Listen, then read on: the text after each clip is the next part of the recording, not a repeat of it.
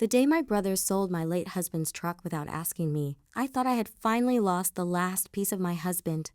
3 days later, my phone rang. That phone call changed everything, and it destroyed my brother's life. My name is Emma. 2 years ago, my husband Michael died, unexpectedly from a heart attack. One moment he was laughing in our garage with our 12-year-old son, Ethan. The next moment he was gone. People tell you that grief gets easier with time. They're wrong. You simply learn how to carry it. Every morning I still reached across the bed, expecting to feel Michael beside me. Every evening I still caught myself looking toward the driveway when I heard a vehicle pull up. For months after his death, Ethan would run to the front window whenever he heard a truck outside. Then he'd remember. And his face would fall. There was only one thing I couldn't bring myself to change after Michael died. His truck, a blue 1972 Ford pickup, it wasn't worth a fortune, but Michael had spent nearly 10 years restoring it.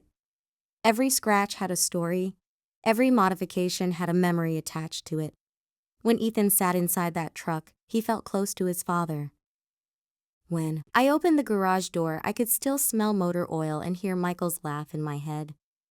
The truck wasn't transportation. It was family. Unfortunately, my brother Jason only saw dollar signs. Jason had always been selfish.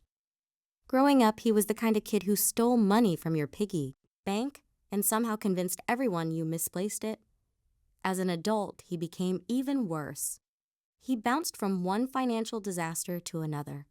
Credit card debt, failed business ideas, personal loans, excuses, lots of excuses. Every time he got into trouble, somebody else was expected to rescue him, usually our parents. Sometimes me. A month before the truck disappeared, Jason started asking questions. Strange questions. How much insurance money did Michael leave behind? Was I planning to sell the house? How much was the truck worth? Each question made me uncomfortable. One afternoon, I walked into the garage and found him standing beside the truck. He was looking inside the driver's window. "What are you doing?" I asked. Jason smiled, just admiring it. "It's not for sale." His smile faded. I didn't say anything about selling it. "You didn't have to." For a moment we stared at each other. Then he laughed and walked away. I should have trusted my instincts.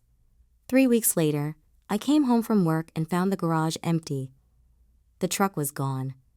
At first I thought it had been stolen. Then I found a note taped to my kitchen counter. It was written in Jason's handwriting. "Don't be mad. I sold the truck. You'll thank me later." I couldn't breathe. I read the note 3 times. Then Ethan came home from school. The second he saw the empty garage, he started crying. That sound broke me. I immediately called Jason. He answered with his usual arrogance. "Hey, sis. Where's the truck?" "I sold it." My hand started shaking. "You had no right." "You weren't using it. It belonged to Michael." "It belonged to a dead man," Jason replied. I felt physically sick. "How did you even sell it?" Jason laughed. "I handled the paperwork." The moment he said those words, I knew exactly what he meant. He had forged my signature. He had committed fraud. And he wasn't even ashamed when I threatened to call the police. He told me I was overreacting. Then he hung up. That night, Ethan cried himself to sleep. I sat in the garage staring at the empty space where the truck had been. For the first time since Michael died, I felt truly angry. Not sad.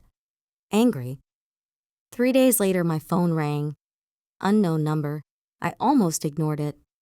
Thankfully, I answered, "Hello?" A man's voice replied, "Is this Emma?" "Yes." "My name is Robert Carter. I recently purchased a blue 1972 Ford truck." My heart stopped. The truck belonged to my husband. There was a brief pause. Then Robert said something strange. "I think your brother lied to me." I sat upright.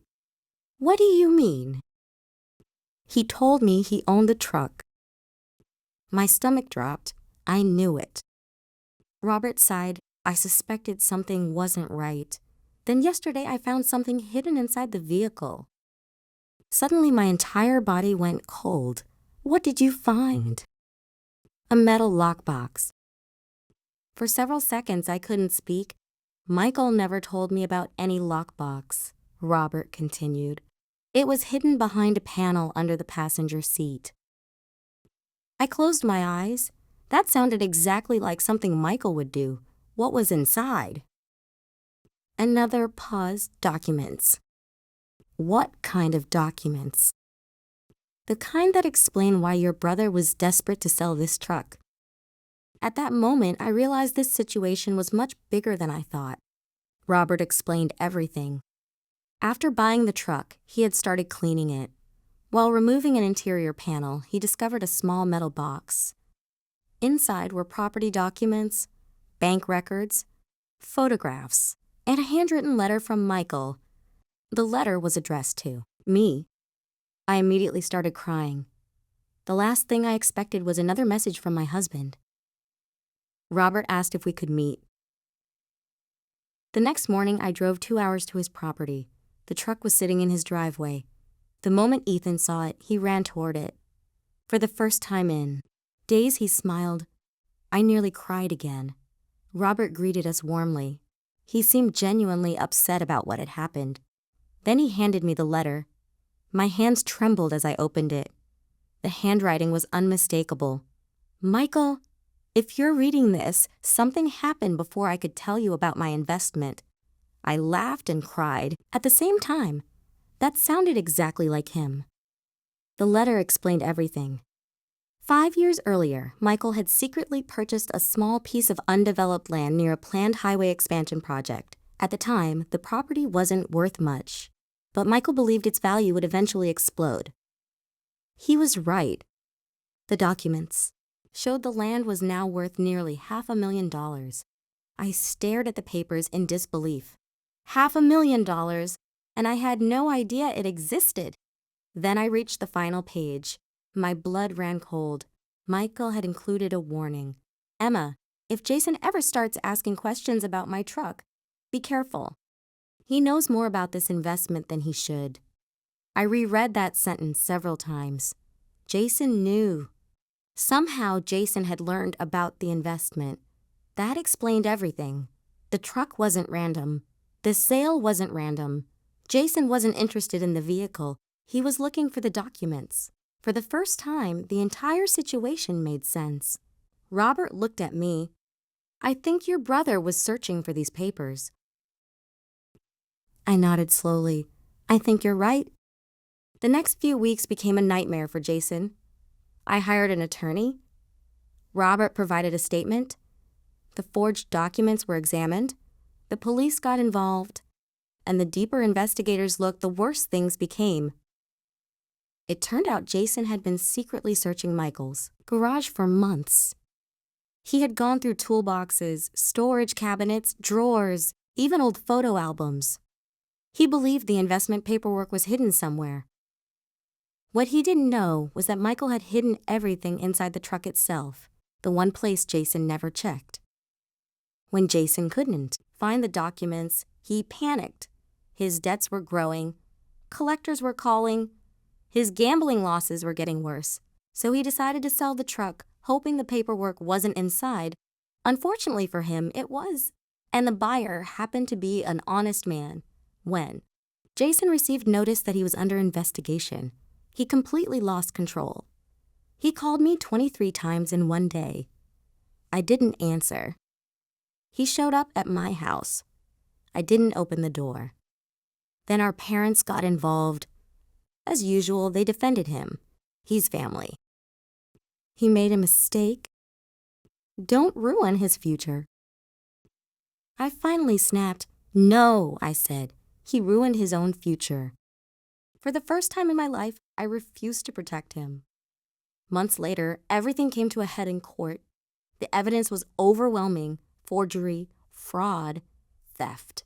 Jason couldn't explain any of it. Even his attorney looked exhausted.